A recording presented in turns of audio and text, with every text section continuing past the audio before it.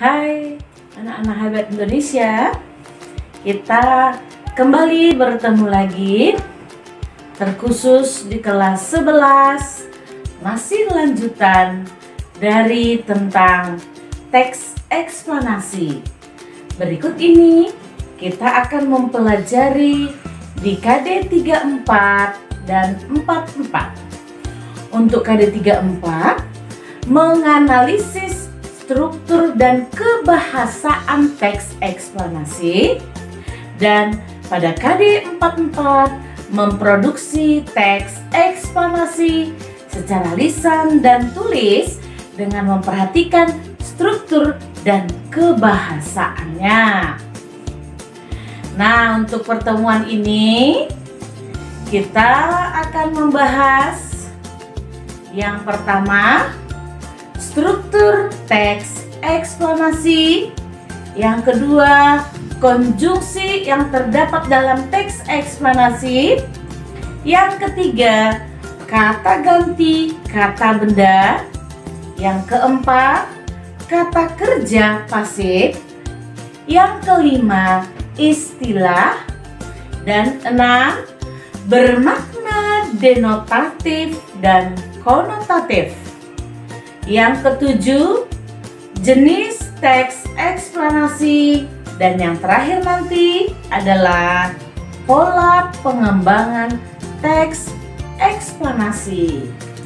Oke, berikut ini kita membahas di KD 34 menganalisis struktur dan kebahasaan teks pada bagian pertama, yaitu struktur teks eksplanasi.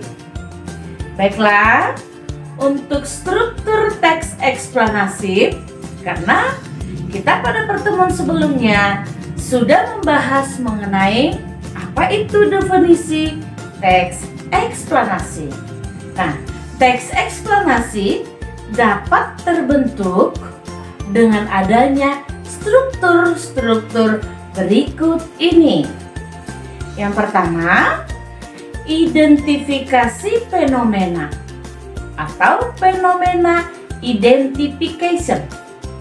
Maka di sini mengidentifikasi sesuatu yang akan diterangkan.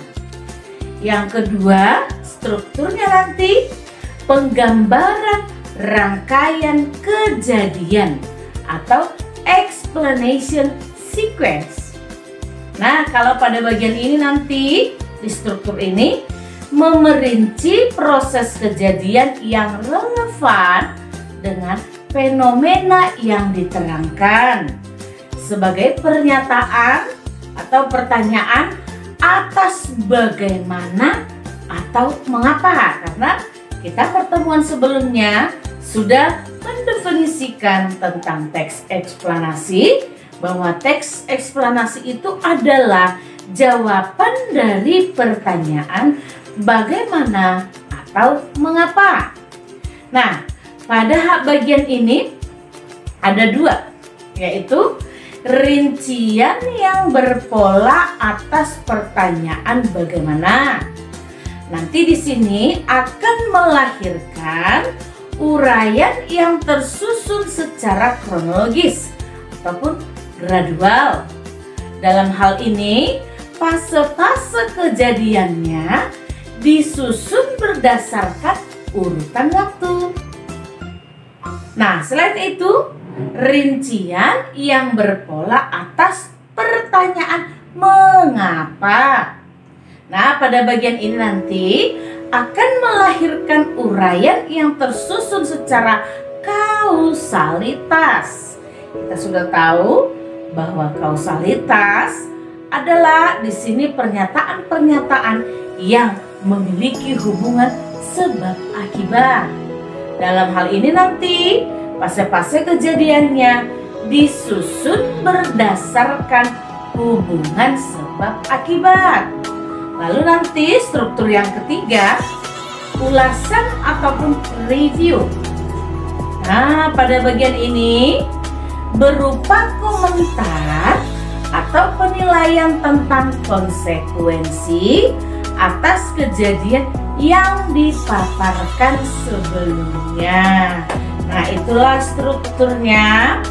Maka kira-kira bagan atau bentuk atau desain struktur dari teks eksplanasi adalah berikut. Yaitu teks eksplanasinya ada identifikasi fenomena. Identifikasi fenomena ini nanti akan menjadi latar belakang kejadian. Dalam teks itu, itulah nanti latar belakang kejadian.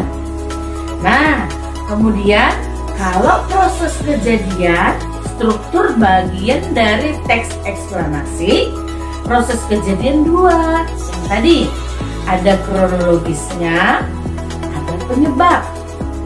Sedangkan pada bagian ulasan tadi, di sini di dalamnya mengomentari ataupun konsekuensi. Itulah bagannya.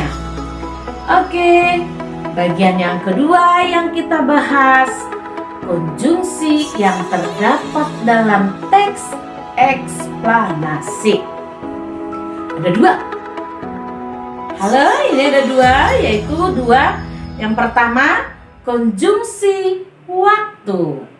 Nah, kalau konjungsi waktu, kita sudah tahu bahwa konjungsi itu tugasnya menghubungkan antar kata, antar kalimat, antar klausa. Maka ada konjungsi itu ada di dalam kalimat, maka intra kalimat. Kalau antar kalimat nanti ada, antar paragraf juga ada. Maka pada teks eksplanasi, konjungsi yang selalu digunakan yaitu ada dua, konjungsi waktu dan konjungsi kausalitas. Nah, kalau konjungsi waktu rata-rata menggunakan konjungsi sebagai berikut. Pertama, sebelum, sesudah, setelah itu, jika, sehingga, bila, kemudian, selanjutnya, kedua, ketiga, ketika, sambil, kemarin, waktu itu. Nah, inilah konjungsi waktu. Tapi tadi saya katakan konjungsi waktu itu ada di dalam kalimat, maka disebut dia konjungsi intrakalimat. Kalau konjungsi intrakalimat itu lebih sering digunakan setelah, sebelum, ketika, saat.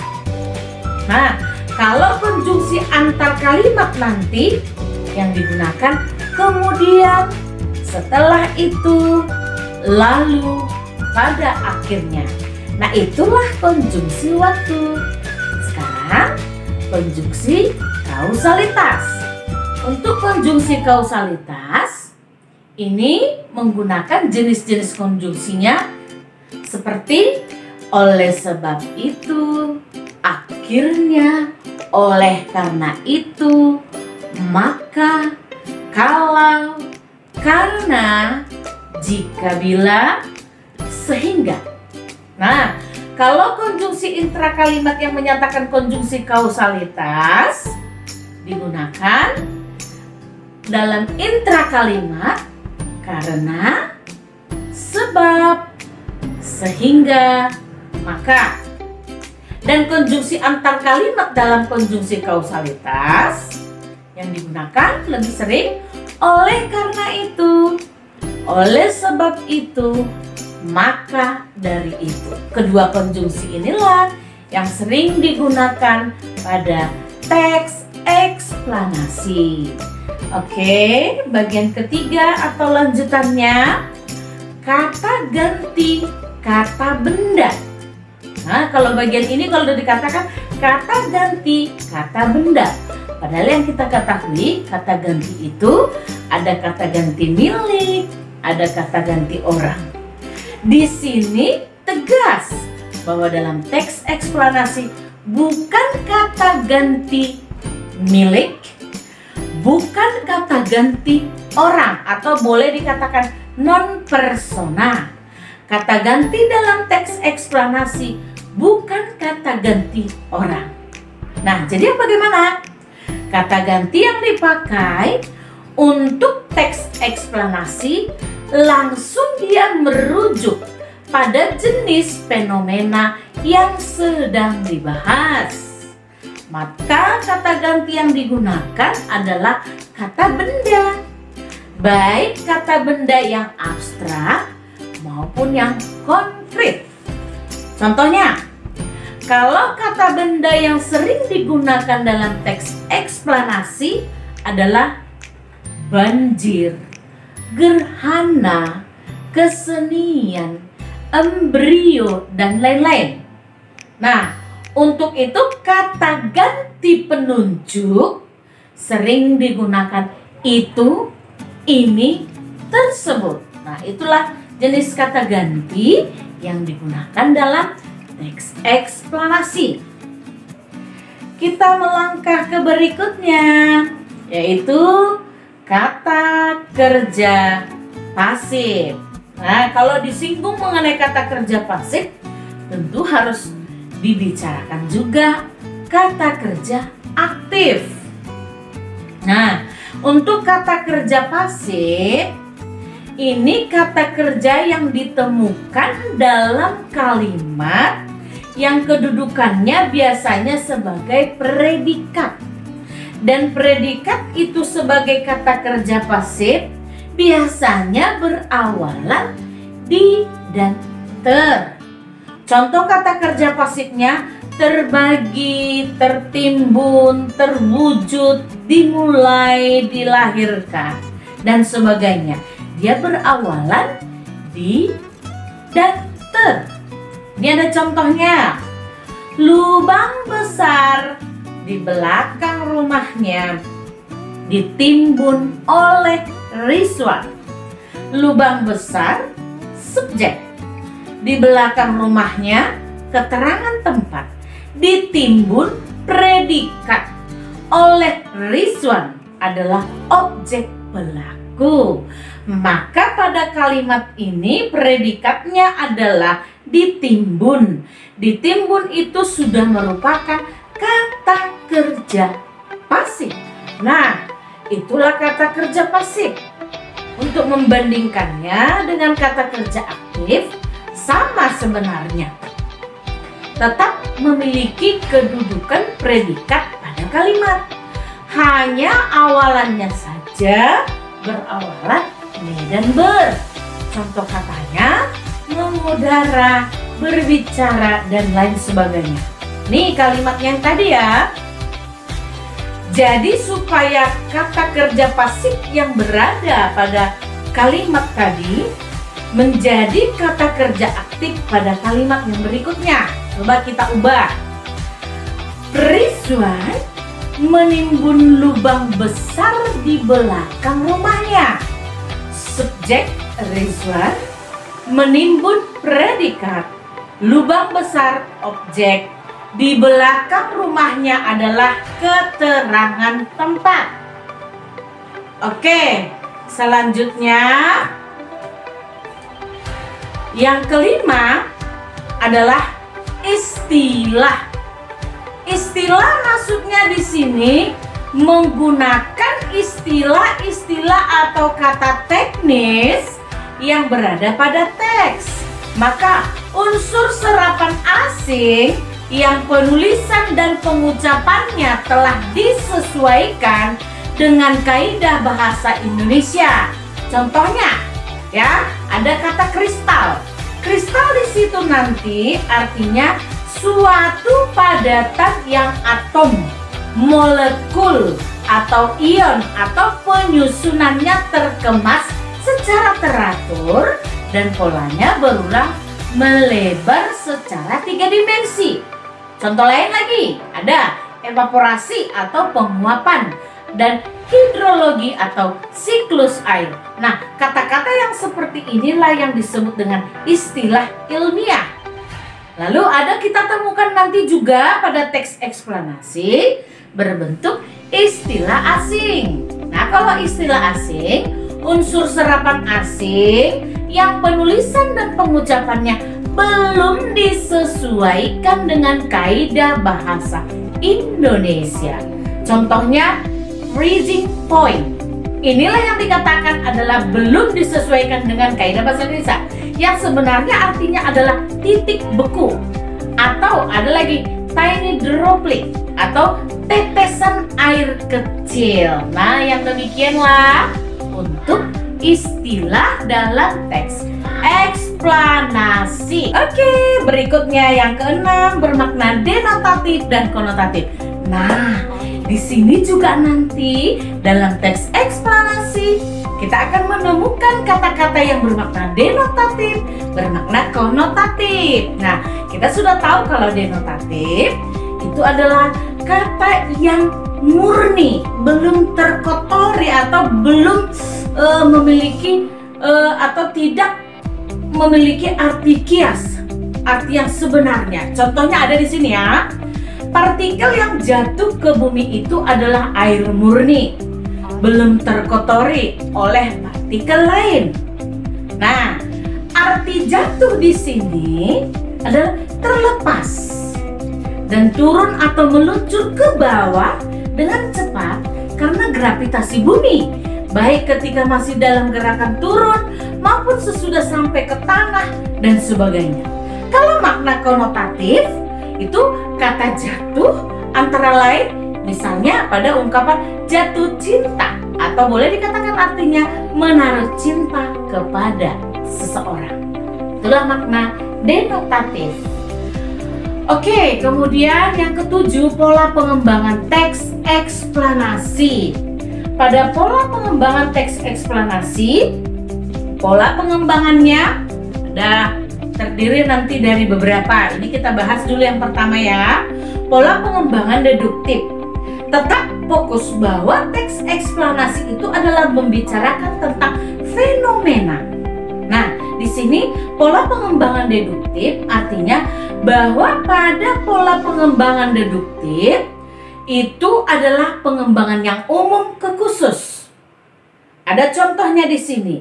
Kemacetan sudah biasa di Jakarta. Kemacetan disebabkan oleh beberapa faktor, antara lain: pertama, jumlah kendaraan tidak seimbang dengan lebar jalan. Kedua, kurangnya rasa disiplin untuk semua pengguna jalan. Ketiga, penampilan tempat-tempat yang mengganggu lalu lintas seperti pasar, jalan, kereta api, halte yang tidak berfungsi, banjir, pedagang kaki lima, dan lain-lain.